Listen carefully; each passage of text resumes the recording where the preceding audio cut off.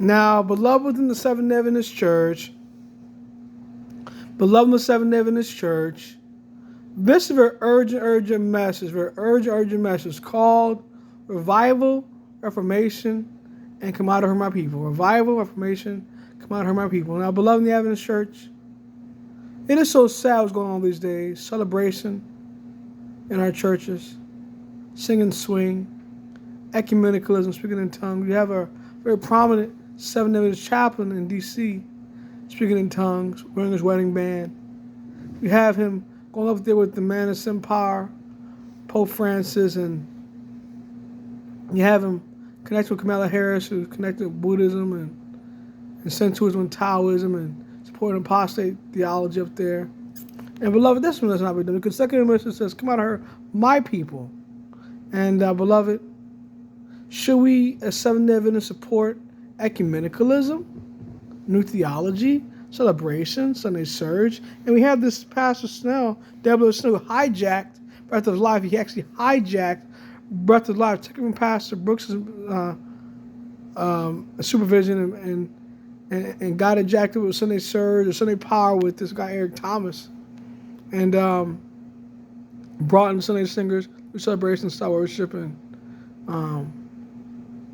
it's all ecumenical hodgepodge, beloved, and it's so sad.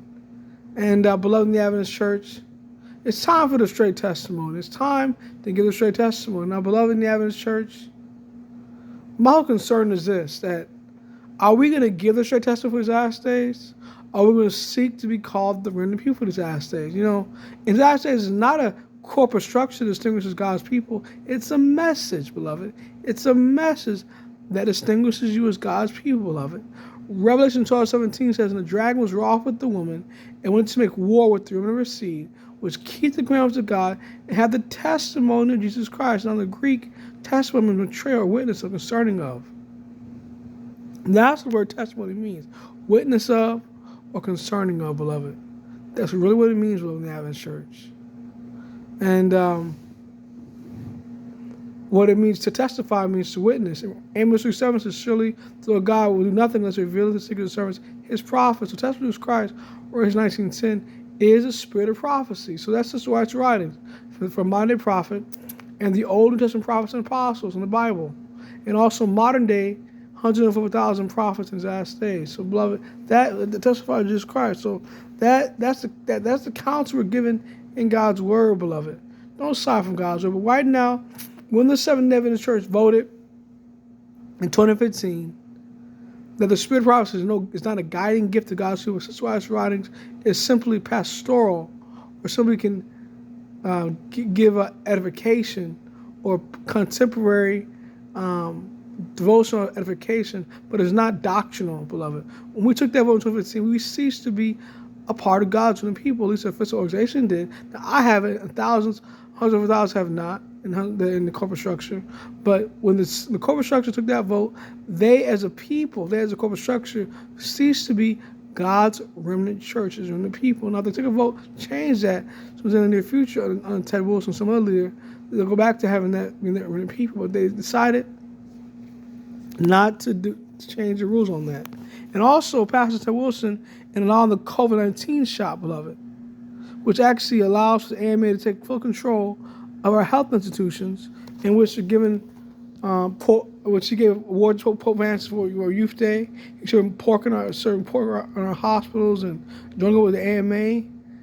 Our health institutions are totally hijacked by the medicine power. That's another sign that in the Seven Church that we're not God's own people.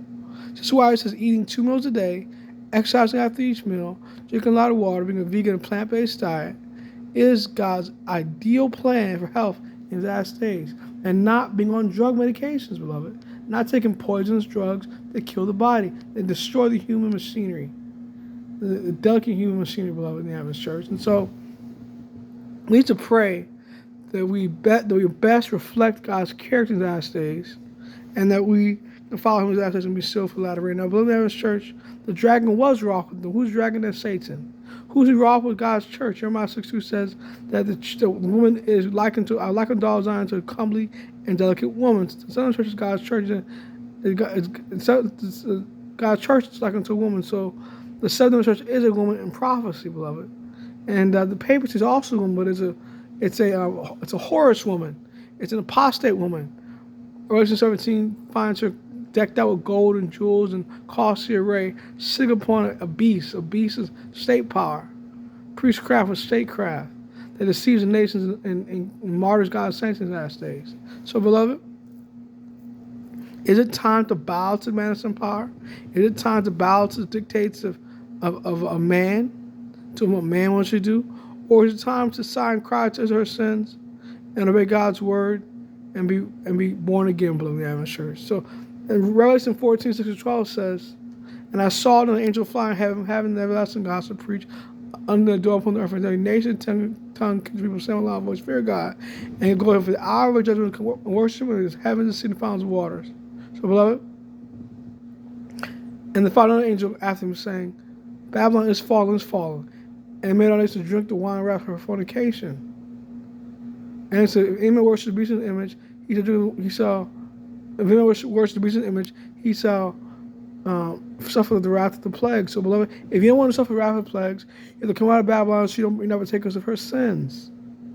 You must reverence God and keep His commandments. That's the way to not suffer the wrath of the seven last plagues, beloved, by fearing God, reverencing God's commandments, coming out of spiritual Babylon, the Catholic Church and her daughters, the Protestant daughters, and even many churches in the Sister of Babylon, the Adventist Church today, that are allowing adultery from the past, adulterizing and women's ordination, Sunday church. That's spiritual adultery, beloved.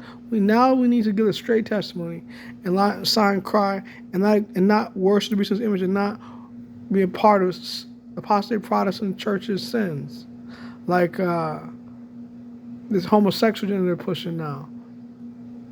This transgender out in California, and this transgender and this gay something pastor, and over there in the Potomac Conference, beloved. Now's the time for us to give a straight testimony. I said it, the straight testimony. I'm not going to stop giving a straight testimony, beloved. I may want to stop sometimes for people to please me, to like me. You don't have to like me. You know what the beans on my table, beloved, in the church. Sign Christ is church does everything 1 and 2, beloved, in the church. So now it's time for the straight testimony. Now it's time for us to give it and not be ashamed of it, not be afraid of it, regardless of the consequences, beloved, in the church. And just pray. Pray for our leaders and pray for ourselves. Most Congressman, I thank you for this day. Thank you, one mercy and bless. My who's our leaders, those change their hearts and confess their sins in the heart of God so sinful latter rain. Be with our saints so that we can be committed and not uncommitted to the truth. Unconverted, like Joe Cruz said, unconverted members and uncommitted pastors. Let our pastors be committed to the cause of imprint truth for His last days and straight testimony and fitness in the work. Jesus Christ, I pray, amen. I think God bless you, family.